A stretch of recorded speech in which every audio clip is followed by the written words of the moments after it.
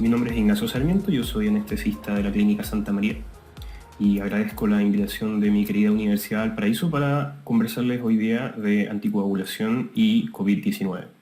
Algunas cosas ya hemos aprendido en estos meses del SARS-CoV-2, tales como que este ingresa al organismo a través del receptor tipo 2 de la enzima convertidora de angiotensina, que está predominantemente expresado en alvéolos, enterocitos y en el endotelio vascular. La acción de este receptor normalmente es contraria a la acción del receptor de angiotensina, que provoca activación plaquetaria y una vasoconstricción endotelial. Por tanto, este receptor tipo 2 de angiotensina haría un efecto contrario, con vasodilatación y inhibiendo la agregación plaquetaria. Los pacientes con COVID-19 sí presentan una desregulación de este eje renina-angiotensina-aldosterona que determina un empeoramiento clínico y de laboratorio en estos pacientes, al menos a nivel pulmonar,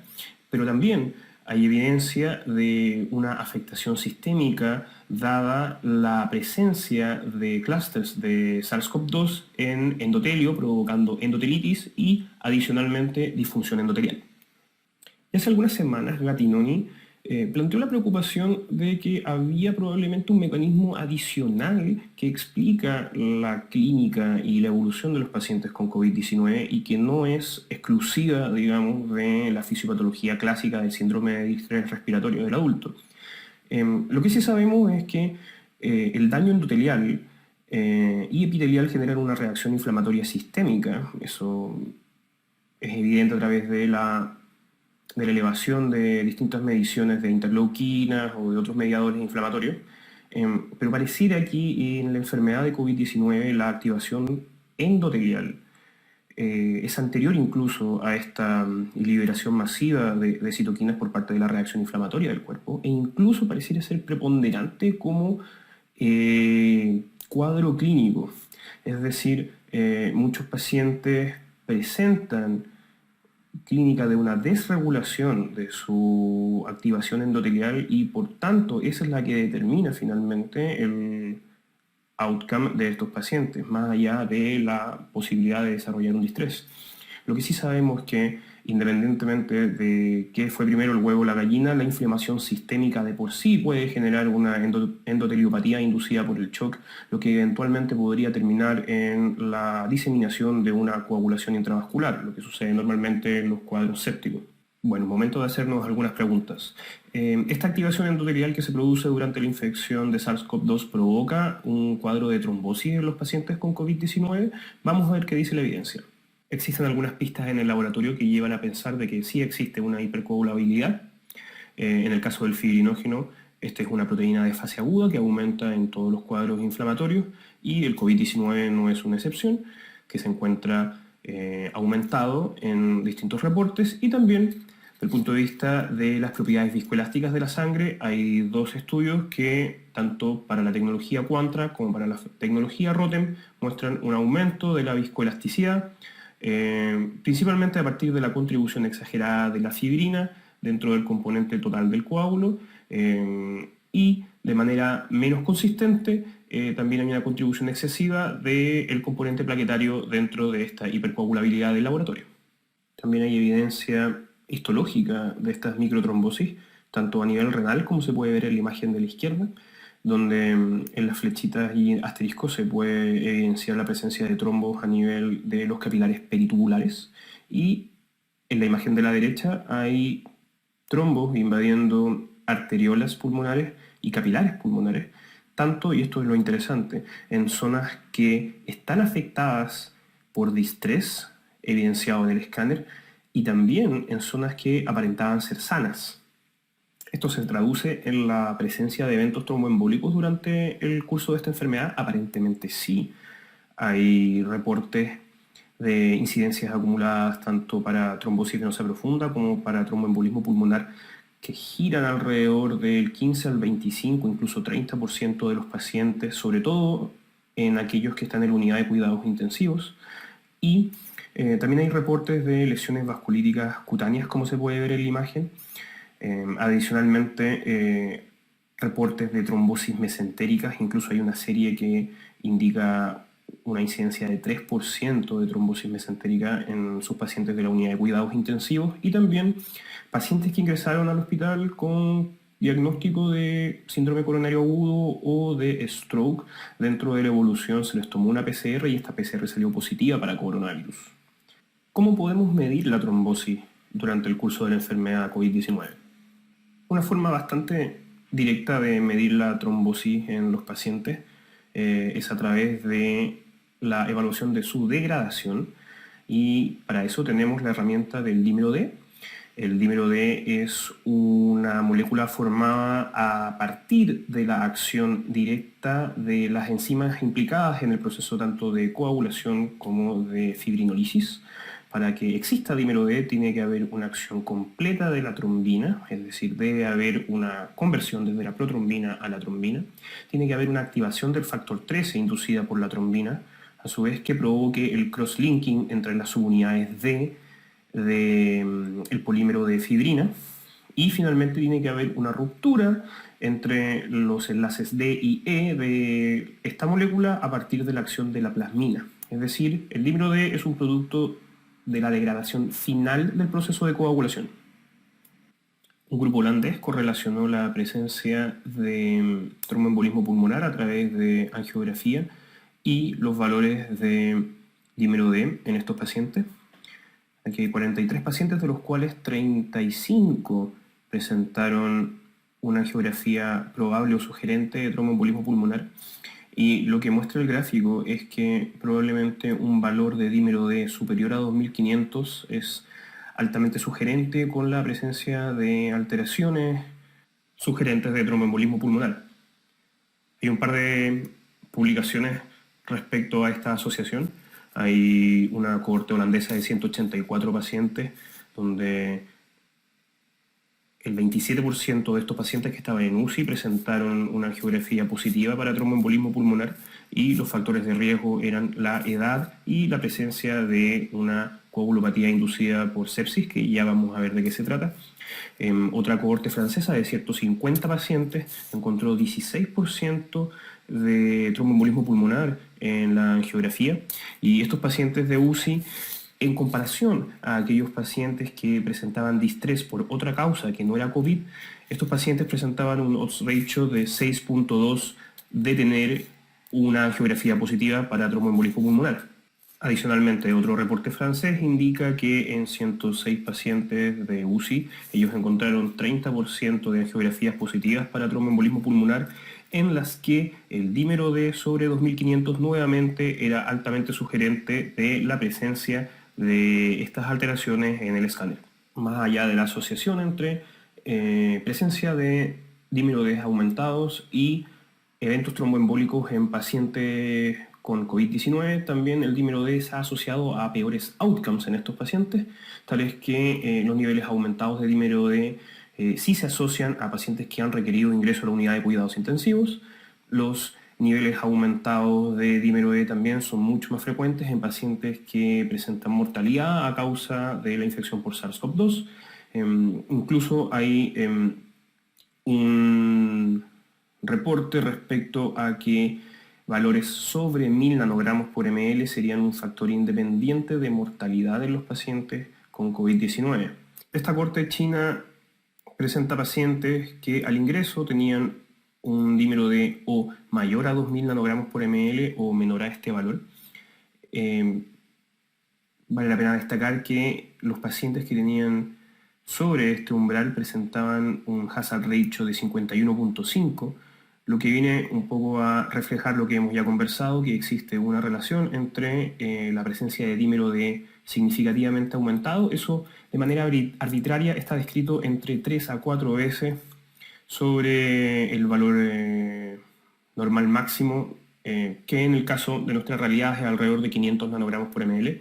En estos pacientes, el aumento de 4 veces por sobre ese valor se relacionó de manera significativa a un outcome adverso como es la mortalidad. ¿Qué es de la presencia de coagulación intravascular diseminada en estos pacientes? Hablamos de coagulación intravascular diseminada cuando nos referimos a este cuadro catastrófico de activación endotelial masiva a causa de una disfunción endotelial y que provoca la expresión de microtrombos de manera generalizada y el consumo tanto de factores de coagulación, fibrinógeno como plaquetas. Vamos a ver si esto se evidencia en estos pacientes. A partir de la manifestación de distintas alteraciones en exámenes de coagulación, la International Society of Thrombosis and Hemostasis define la presencia o no de coagulación intravascular diseminada, teniendo en cuenta los ítems que yo les presento a continuación, tanto para la coagulación intravascular diseminada como para un evento anterior al desarrollo de esta alteración sistémica de la coagulación, que uno podría denominar coagulopatía inducida por sepsis, en la que además de la disminución del recuento de plaquetas y la prolongación del tiempo de protrombina, también un criterio para la positividad está en la afectación sistémica que se traduce en el aumento del soft score. Si uno se rige por los criterios diagnósticos de la ISTH, tanto para coagulación vascular diseminada como para esta afectación anterior que han denominado coagulopatía inducida por sepsis, en realidad las incidencias con respecto a pacientes afectados por COVID-19 no son de regla. Para la franca coagulación intravascular diseminada, las incidencias son alrededor del 0 al 8.2%, no es tan frecuente. Y para esta afectación anterior, la coagulopatía inducida por sepsis, aumentan a un 14.7 a 21.6%. Independientemente de no ser de regla, la presencia de cualquiera de estas dos afectaciones de la coagulación determina un aumento considerable de la mortalidad. Pacientes con coagulación intravascular diseminada normalmente tienen una mortalidad en estas series alrededor del 88%. Lo que sí se ve en la afectación de la coagulación de pacientes con COVID-19 es una trombocitopenia, pero que uno podría definir casi moderada. En realidad, solamente un 36.2% de los pacientes afectados por COVID-19 tiene valores inferiores a 150.000 plaquetas por microlitro, que también es un predictor de severidad, pero sorprende que solamente un 5% de los ingresos hospitalarios tengan una franca trombocitopenia. Es decir, los efectos que uno podría esperar de la coagulación intravascular diseminada, tales la caída importante en el valor del recuento de plaquetas, no son de regla en los pacientes con COVID-19. Además, hay un discreto y también no consistente aumento del tiempo de protrombina, es decir, los pacientes afectados por COVID-19 no presentan alteraciones significativas en estos exámenes de coagulación y por tanto se hace dificultoso poder asociar esta alteración de la coagulación con los diagnósticos francos tanto de coagulación intravascular diseminada como de coagulopatía inducida por sepsis. Entonces, ¿frente a qué estamos? ¿Qué es lo que está generando finalmente esta activación endotelial? Bueno, vale la pena revisar esta editorial en la que los principales investigadores del mundo con respecto al tema de la coagulación intravascular diseminada se juntaron y ellos proponen que la evidencia actual sugiere que la coagulopatía asociada a COVID-19 es una combinación de coagulación intravascular diseminada de bajo grado con una microangiopatía trombótica pulmonar. Frente a esta afectación producida por la activación endotelial principalmente a nivel pulmonar, pero que también tiene efectos significativos a nivel sistémico y que eventualmente en algunos pacientes puede gatillar una coagulación intravascular diseminada, creo que vale la pena detenernos en ver cómo podemos tratar esta afectación de la coagulación. Definitivamente necesitamos estudiar la evolución de esta coagulopatía en el contexto de COVID-19 y para ello necesitamos una evaluación repetida de al menos el dímero D como gran factor pronóstico en estos pacientes y adicionalmente tener las herramientas diagnósticas para poder diagnosticar eventuales complicaciones de esta afectación a nivel sistémico, tal como la presencia de una coagulopatía inducida por sepsis o una franca coagulación intravascular diseminada, y para ello necesitamos también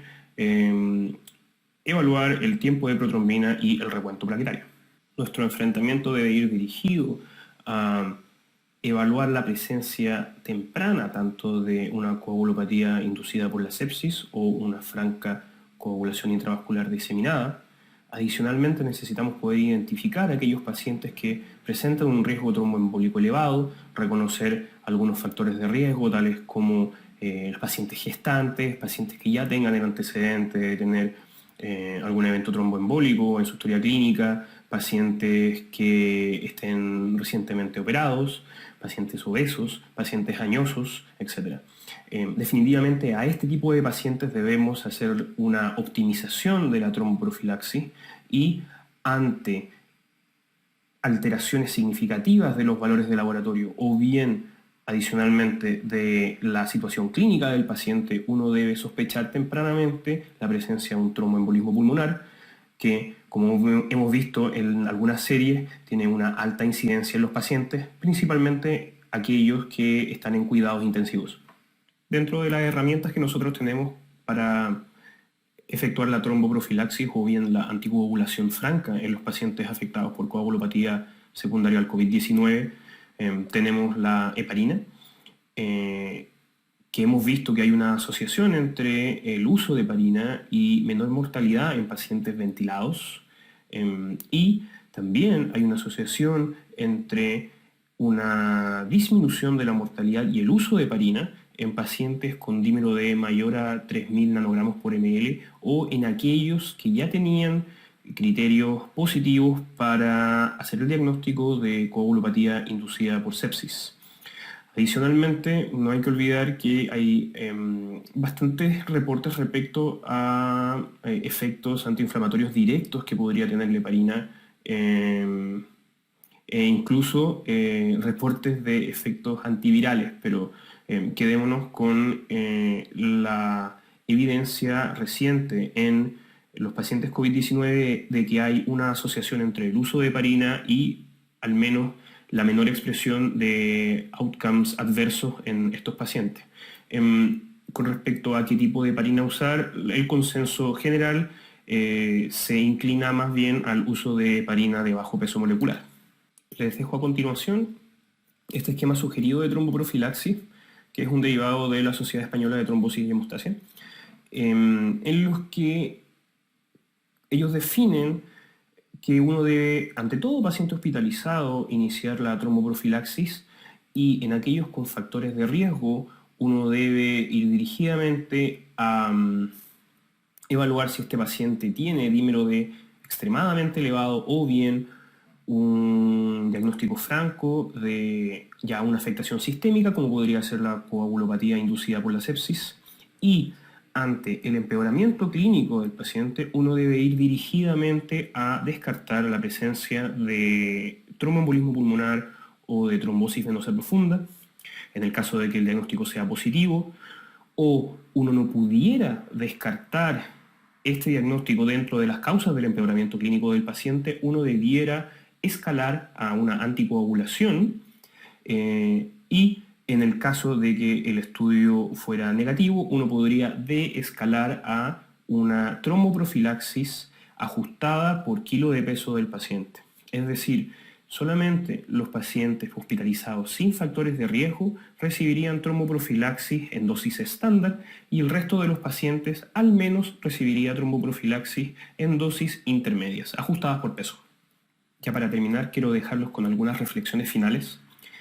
Los elementos de laboratorio e imágenes sugerentes de microtrombosis son frecuentes en los pacientes con COVID-19 y uno tiene que tener especial atención en ellos porque determinan peores outcomes en estos pacientes. La coagulación intravascular diseminada es definitivamente un elemento importante en la evolución de estos pacientes, dado que determina mortalidad, pero es un evento infrecuente en la presentación clínica de estos pacientes y tardía. Por tanto, uno debe guiar su evaluación en aras de encontrar este diagnóstico en etapas precoces para poder tratarlo de manera adecuada. Así también es perentoria la correcta titulación de la tromboprofilaxis, en especial en pacientes con factores de riesgo, y En aquellos pacientes que tienen deterioro clínico y se asocia a elementos de laboratorio e imágenes sugerentes de microtrombosis, uno debiera instalar en ellos un esquema de anticoagulación en aras de reducir las complicaciones tromboembólicas. Muchas gracias por su atención y éxito en esta batalla contra el coronavirus.